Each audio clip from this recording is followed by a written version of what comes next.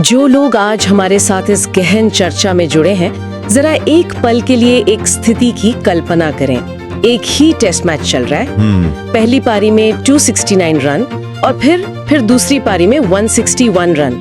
मतलब एक ही मैच में कुल 430 रन। बिल्कुल। जब कोई ये आंकड़ा सुनता है तो दिमाग में क्या आता है? शायद कोई 35 साल का बहुत ही अनुभवी और महान बल्लेबाज, है ना? हाँ, जो अपने करियर के एकदम पीक पर हो। सही कहा। लेकिन क्या हो अगर मैं बताऊं कि ये कारनामा एक 20-22 साल के युवा खिलाड़ी का है, जो इस वक्त भारतीय क्रिकेट के पूरे डीएनए को ही बदल कर रख रहा है। और सच कहूं तो यही बात इस खिलाड़ी को इतना खास बनाती है। देखिए, जब आप 148 साल के टेस्ट क्रिकेट के इतिहास में ऐसा करने वाले इकलौते खिलाड़ी बनते हैं। मतलब एक ही मैच में दोहरा शतक और 150 से ज्यादा का स्कोर। जी बिल्कुल। तो आप सिर्फ रन नहीं बना रहे होते, आप एक नई विरासत की नींव रख रहे होते हैं। बहुत ही सटीक बात कही आपने। तो आज के इस डीप डाइव में हमारा पूरा फोकस शुभमन गिल पर है।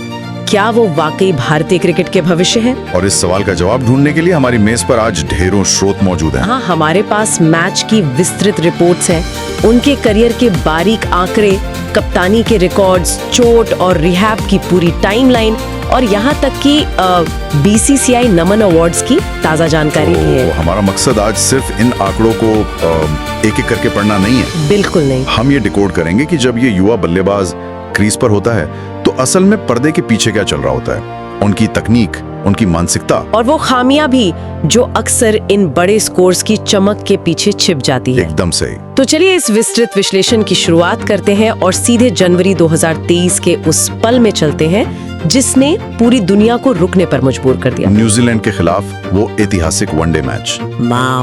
मात्र 145 गेंदों में 208 रन, जिसमें 19 चौके और 8 गगनचुंबी छक्के शामिल थे, वो भी दबाव वाले माहौल में। हाँ, लेकिन मुझे जो बात सबसे ज्यादा हैरान करती है वो है 200 के आंकड़े तक पहुंचने का उनका वो तरीका। वो 3 छक्के। मतलब सामने लॉकी फर्ग्यूसन जैसा खूंखार तेज गेंदबाज है और आप लगातार 3 छक्के मारकर अपना दोहरा शतक पूरा करते हैं। ये कैसे मुमकिन है? देखिए, ये एक ऐसा पल था जहां उन्होंने एक झटके में कई मुकाम हासिल किए। तो उन्होंने ईशान किशन का सबसे कम उम्र में वनडे दोहरा शतक लगाने का रिकॉर्ड तोड़ा। अच्छा, वो रिकॉर्ड भी टूट गया? हाँ, और सबसे तेजी से 1000 वनडे रन बनाने वाले भारतीय भी बन गए। लेकिन अगर हम उस मैच की गहराई में जाएं, तो फर्ग्यूसन को मारे गए वो 3 छक्के सिर्फ पावर हिटिंग नहीं थे। तो फिर वो क्या थे?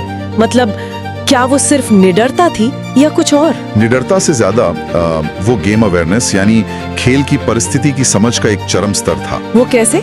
उस मैच को याद कीजिए, रोहित शर्मा, विराट कोहली और खुद ईशान किशन जैसे सेट बल्लेबाज आउट हो चुके थे। हाँ, पूरी पारी का भार गिल पर ही था। बिल्कुल। ऐसे भारी दबाव में फर्ग्यूसन की गति का इस्तेमाल करके छक्की जड़ना, ये बताता है कि उनका दिमाग कितनी शांति से काम कर रहा था। सच में दबाव तो पूरा था। मैं अक्सर इसे वीडियो गेम के गॉड मोड से जोड़कर देखती हूँ। God mode? हाँ, मतलब ऐसा लगता है कि खिलाड़ी ने कोई चीट कोड डाल दिया है और हर गेंद सीधे बाउंड्री के पार जा रही है। सुनने में बहुत अच्छा लगता है, लेकिन असल जिंदगी के क्रिकेट में कोई चीट कोड नहीं होता। लेकिन जब हम इंग्लैंड के खिलाफ एजबेस्टन टेस्ट की बात करते हैं, वही 430 रन वाला मैच जिसका जिक्र हमने शुरुआत में किया, तो मुझे थोड़ी उलझन होती है। किस बात की उलझन? क्या ये महज एक खिलाड़ी का अपने जोन में होना है या उनकी तकनीक में कुछ ऐसा है जो उन्हें इतनी लंबी पारियां खेलने देता है? देखिए, जब आप पहली पारी में 269 रन बनाते हैं तो आप शारीरिक और मानसिक रूप से पूरी तरह निचोड़ चुके होते हैं। बिल्कुल, थक कर चूर हो जाना चाहिए। लेकिन दूसरी पारी में फिर से उसी फोकस के साथ उतरना और 161 रन बनाना, ये उनके डिफेंस मैकेनिज्म और असीम एकाग्रता की कहानी कहता है। इसे थोड़ा और समझाइए, ये डिफेंस मैकेनिज्म काम कैसे करता है? जो लोग सुन रहे हैं उनके लिए इसे थोड़ा आसान भाषा में डिकोड करें। तो होता क्या है कि ज्यादातर युवा बल्लेबाज गेंद की तरफ आक्रामक रूप से जाते हैं। वो गेंद को जल्दी खेलने की कोशिश करते हैं ताकि रन जल्दी आए। हाँ, लेकिन गिल गेंद को बहुत देर से खेलते हैं। वो गेंद को अपने शरीर के बिल्कुल पास आने देते हैं। अच्छा, एकदम पास। इससे उन्हें स्विंग और सीम को पढ़ने के लिए वो अतिरिक्त मिलीसेकंड मिल जाता है, जो बाकी बल्लेबाजों के पास नहीं होता। ओह, तो समय का खेल है सारा। बिल्कुल।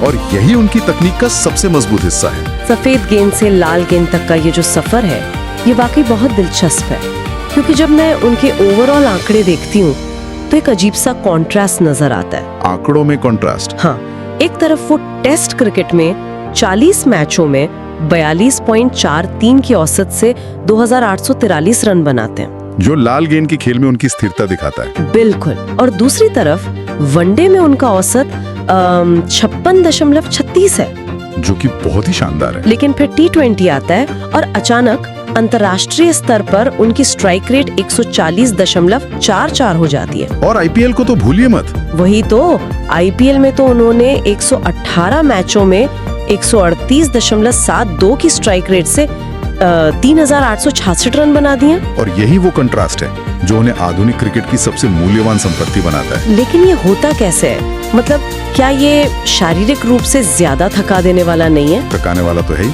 आज के दौर में तो ज्यादातर खिलाड़ी एक फॉर्मेट चुन लेते हैं ना, कोई सिर्फ T20 खेल रहा है तो कोई सिर्फ टेस्ट। सही बात है। तो इतनी कम उम्र में तीनों फॉर्मेट में तालमेल बिठाना, क्या ये मानसिकता का खेल है या शरीर का? मुझे तो ये किसी गियर वाली साइकिल जैसा लगता है। गियर वाली साइकिल? ये एनालॉजी ठीक है, लेकिन ये मानसिकता और शरीर के बायोमैकेनिक्स दोनों का एक बहुत जटिल मिश्रण है। अच्छा। इसे आप महज एक गियर वाली साइकिल की तरह मत समझिए, जहां बस एक बटन दबाया और रफ्तार बदल गई। तो फिर कैसा ये? यह अपने शरीर को पूरी तरह से रीप्रोग्राम करने जैसा है। रीप्रोग्राम मतलब टेस्ट से T20 में जाते वक्त असल में क्या बदलता है? देखिए, टेस्ट क्रिकेट में गिल का स्ट्राइक रेट 61.50 है। वहाँ उनका पूरा वजन उनके पिछले पैर पर यानी बैकफुट पर होता है। ताकि वो डिफेंस कर सके। बिल्कुल।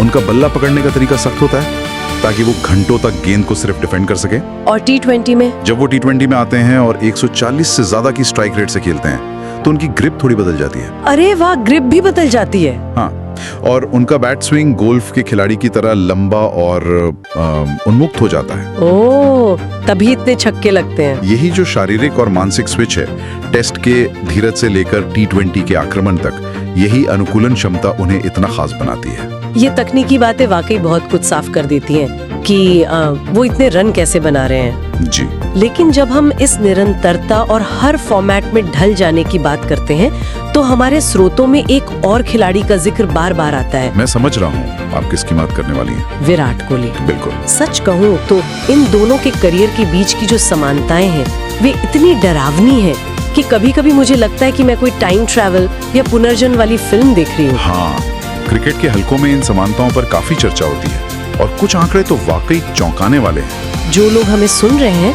वो खुद तय करें। सुनिए, दोनों की अंतर्राष्ट्रीय पहचान अंडर 19 वर्ल्ड कप में शानदार शतकों से शुरू हुई। सही है। दोनों ने ठीक 23 साल की उम्र में अपना पहला टेस्ट शतक लगाया। दोनों ने वनडे में नंबर 1 रैंकिंग हासिल की। और दोनों ने वेस्टइंडीज के खिलाफ अपना पहला मैन ऑफ द मैच जीता। अरे वो भी है।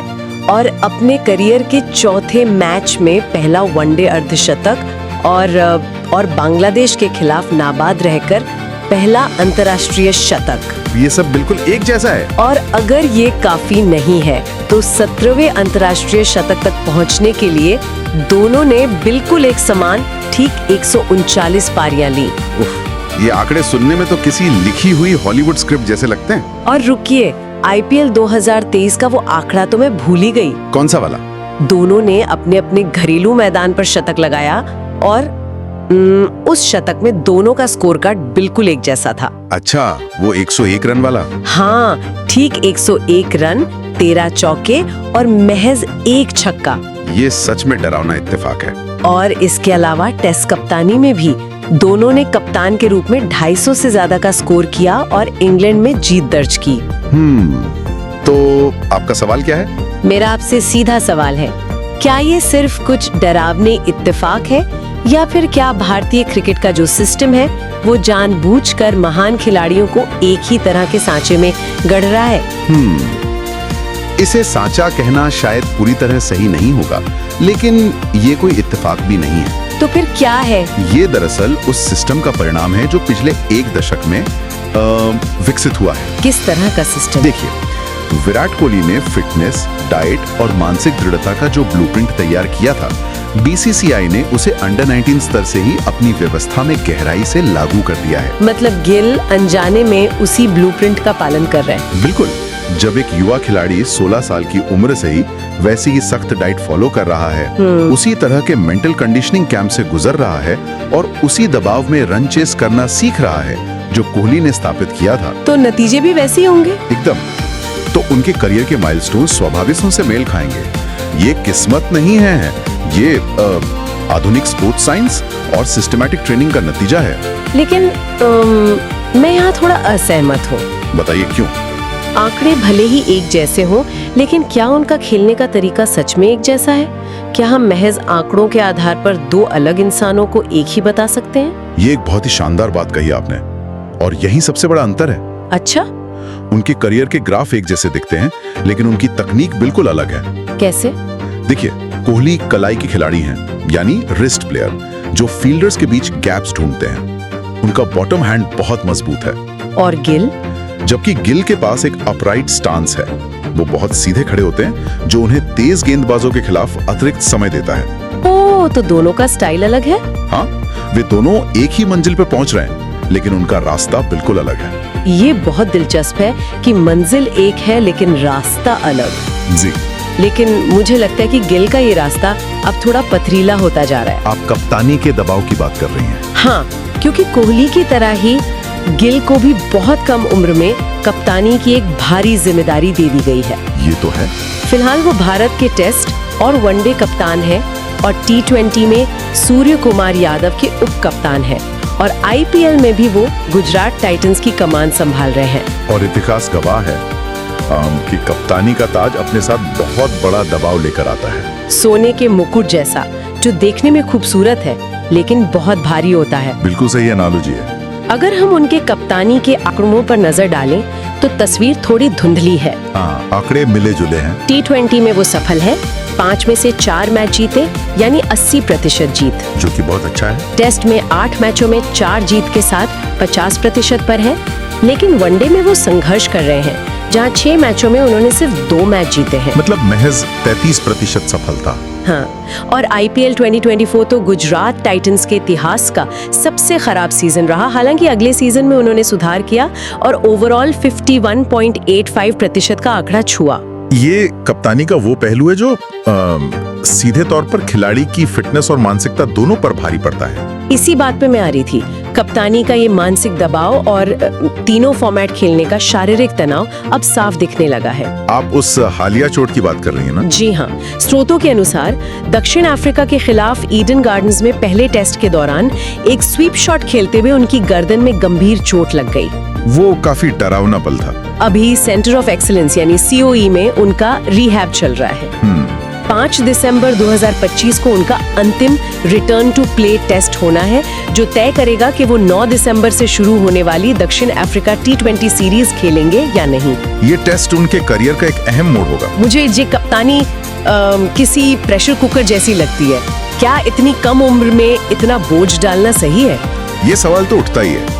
क्या हम एक शानदार बल्लेबाज को एक औसत कप्तान बनाने की जल्दबाजी तो नहीं कर रहे? आपका डर लाजमी है, लेकिन हमें इसे 2026 के T20 वर्ल्ड कप के परिप्रेक्ष्य में देखना होगा, जो भारत और श्रीलंका में होने वाला है। तो टीम मैनेजमेंट भविष्य देख रहा है? बिल्कुल। टीम मैनेजमेंट अभी से एक लीडरशिप कोर तैयार कर रहा है। अच्छा। वो 5 दिसंबर का फिटनेस टेस्ट मैच एक सीरीज खेलने या न खेलने की बात नहीं है। ये उनकी शारीरिक रिकवरी के साथ साथ इस बात का भी टेस्ट है कि क्या वो मानसिक रूप से इस जिम्मेदारी के लिए तैयार है। लेकिन गर्दन की चोट जैसी गंभीर स्थिति के बाद वापसी करना इतना आसान नहीं होता।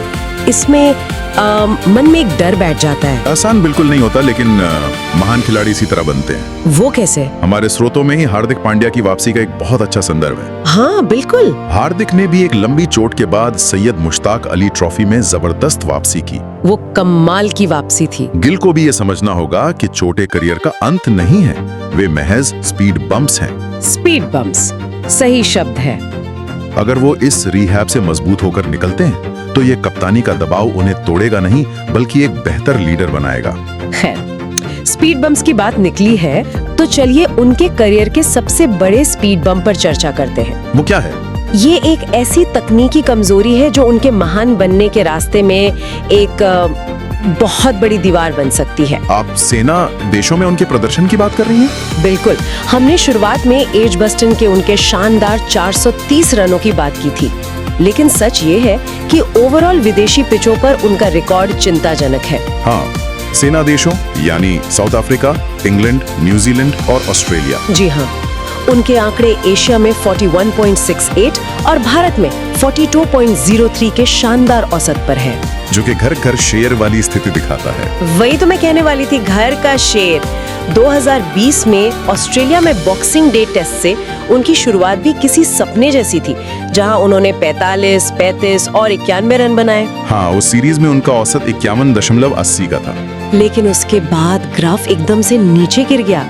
अगली 10 पारियों में उन्होंने महज 162 रन बनाए और औसत गिरकर सिर्फ 16.20 रह गया। और अगर हम गहराई में जाएं, तो इसमें सबसे बड़ा फैक्टर तेज गेंदबाजी रही है। बिल्कुल, आंकड़े इस बात की गवाही दे रहे हैं। ऑस्ट्रेलिया में 5 में से 4 बार और इंग्लैंड में सभी 6 बार उन्हें तेज गेंदबाजों ने आउट किया। ये एक स्पष्ट कमजोरी है। पैट कमिंस, मिचेल स्टार्क और जोश हेजलवुड जैसे दिग्गज गेंदबाजों के सामने वो बार-बार फंसते हैं। मुझे ये बात समझ नहीं आती। क्या समझ नहीं आता? जो खिलाड़ी इंग्लैंड के ही एक मैदान पर 430 रन ठोक सकता है, वो ओवरऑल सेना देशों में इतना संघर्ष क्यों कर रहा है? ये एक वैलिड सवाल है। क्या ये सिर्फ मानसिकता का खेल है या कोई बहुत बड़ी तकनीकी खामी है? इसे समझने के लिए मैं एक एनालॉजी का इस्तेमाल करता हूँ। बताइए। भारत या उपमहाद्वीप की पिचों पर खेलना एक ऑटोमेटिक कार को एक चिकने हाईवे पर चलाने जैसा है। अच्छा, आसान है। हाँ, गिल का जो शानदार हैंड आई कोऑर्डिनेशन है, वो यहाँ पूरी तरह से काम करता है। गेंद टप्पा खाती है, उसमें ज्यादा हरकत नहीं होती और वो सीधे उनके बल्ले पर आती है। तो वो आसानी से खेल लेते हैं। बिल्कुल, वो आसानी से लाइन के अक्रॉस खेल सकते हैं। तो फिर ऑस्ट्रेलिया या इंग्लैंड में वो ऑटोमेटिक कार फेल क्यों हो जाती है? क्योंकि सेना देशों में खेलना तो एक बर्फीली ढलान वाली सड़क पर मैनुअल कार चलाने जैसा है। ओहो, मतलब कंट्रोल चाहिए। हाँ, वहाँ आपको क्लच पर परफेक्ट कंट्रोल चाहिए होता है। ऑस्ट्रेलिया में पिचों पर अतिरिक्त उछाल होता है और इंग्लैंड में गेंद बहुत लेट स्विंग करती है। तो सिर्फ आंखों और हाथों का तालमेल काफी नहीं होता? बिल्कुल नहीं, ऐसे में सिर्फ हैंड आई कोऑर्डिनेशन काम नहीं आता। तो फिर स्टार्क, अमिन्स जैसे गेंदबाज क्या करते हैं जो गिल आउट हो जाते हैं? उस एक सेकंड में उनके पैरों और बल्ले के साथ क्या होता है? देखिए, स्टार्क और कमिंस 145-150 किलोमीटर प्रति घंटे की रफ्तार से गेंद फेंकते हैं और गेंद को थोड़ा आगे रखते हैं। ललचाते हैं। वो गिल को ड्राइव करने के लिए ललचाते हैं। चूंकि गिल उछाल के आदी नहीं है, उनका बल्ला शरीर से दूर जाता है। और वहीं पर वो लेट स्विंग या अतिरिक्त उछाल गेंद को बल्ले का बाहरी किनारा लेने पर मजबूर कर देती है। और गेंद सीधा स्लिप में? बिल्कुल। विदेशी पिचों पर आपको गेंद को अपने शरीर के बिल्कुल करीब खेलना पड़ता है, उसे अपने पास आने देना होता है। तो आगे क्या होगा? आगामी ऑस्ट्रेलिया सीरीज में पर्थ के ऑप्टिस स्टेडियम में जो टेस्ट होने वाला है, वो उनके लिए सबसे बड़ा एसिड टेस्ट होगा। वहाँ का उछाल बहुत मशहूर है। जी, वहाँ का उछाल ये तय करेगा कि क्या उन्होंने अपनी इस तकनीक में सुधार किया है या नहीं। ये एक बहुत ही सटीक और विजुअल व्याख्या थी। श्रोताओं के लिए ये समझना बहुत आसान हो गया होगा कि आखिर विदेशी पिचों पर असली चुनौती क्या होती है। हाँ, उम्मीद तो यही है। तो अगर हम आज की इस पूरी गहन चर्चा को समेटें, जी, शुभमन गिल का सफर अब तक शानदार और उपलब्धियों से भरा रहा है। ताज़ा जानकारी के अनुसार उन्हें हाल ही में बीसीसीआई के नमन अवार्ड्स में दूसरी बार प्रतिष्ठित पॉली उमरिगर अवार्ड से सम्मानित किया गया है, जो कि बेस्ट इंटरनेशनल क्रिकेटर को मिलता है। बिल्कुल, ये अवार्ड उन्हें इंग्लैंड सीरीज में कप्तानी करते हुए बनाए गए 754 रनों और चैंपियंस ट्रॉफी में उनके शानदार प्रदर्शन का इनाम मिला है। और ये पुरस्कार उनकी अद्भुत प्रतिभा का बहुत बड़ा प्रमाण है। सही कहा। लेकिन जो लोग सुन रहे हैं, उन्हें ये याद रखना चाहिए कि क्रिकेट के इतिहास में असली महानता केवल घरेलू पिचों पर रिकॉर्ड बनाने या अवार्ड जीतने में नहीं है। तो फिर किस में है? असली महानता अपनी कमजोरियों को पहचानने और उन पर विजय प्राप्त करने में है। बिल्कुल। जिस दिन गिल सेना देशों में स्टार्क और कमिंस जैसे गेंदबाजों के सामने लगातार रन बनाने लगेंगे और विदेशी जमीन पर अपनी कप्तानी के रिकॉर्ड को सुधारेंगे, उसी दिन वो असल मायने में उस महानता को हासिल करेंगे जिसकी हम उम्मीद कर रहे हैं। एकदम सही बात है। कमजोरियों से लड़कर ही कोई महान बनता है। जी। और अब इस गहन चर्चा को खत्म करने से पहले जो लोग हमें सुन रहे हैं उनके लिए एक ऐसा विचार, एक ऐसा सवाल जिसे लेकर वो खुद सोच विचार कर सके। बिल्कुल, एक फूड फॉर थॉट। हमने आज पूरी चर्चा में विराट कोहली के साथ शुभमन गिल की रहस्यमयी समानताओं पर बात की। हाँ, वो डरावने आंकड़े, कैसे उनके आंकड़े, उनकी डाइट, उनका सिस्टम सब कुछ कोहली के ब्लूप्रिंट से मेल खाता है। लेकिन सोचने वाली बात यह है, क्या अगला विराट कोहली कहलाने का ये लगातार दबाव और उनके हर एक शॉट, हर एक शतक, हर एक आंकड़े को कोहली के चश्मे से देखे जाने की यह आदत कहीं शुभमन गिल को अपना खुद का एक स्वतंत्र और अनोखा क्रिकेटिंग व्यक्तित्व बनाने से तो नहीं रोक रहा? ये बहुत ही गहरा सवाल है। क्या हम कभी उन्हें सिर्फ शुभमन गिल के तौर पर याद रख पाएंगे जो अपनी शर्तों पर खेला, या वो इतिहास के पन्नों में हमेशा विराट कोहली 2.0 के साए में ही सिमट कर रह जाएंगे? ये तो वक्त ही बताएगा। बिल्कुल, इसी सवाल के साथ हम आज आपको यहीं छोड़ते हैं। सोचिएगा जरूर। आज के इस विस्तृत विश्लेषण में हमारे साथ जुड़ने के लिए बहुत बहुत धन्यवाद।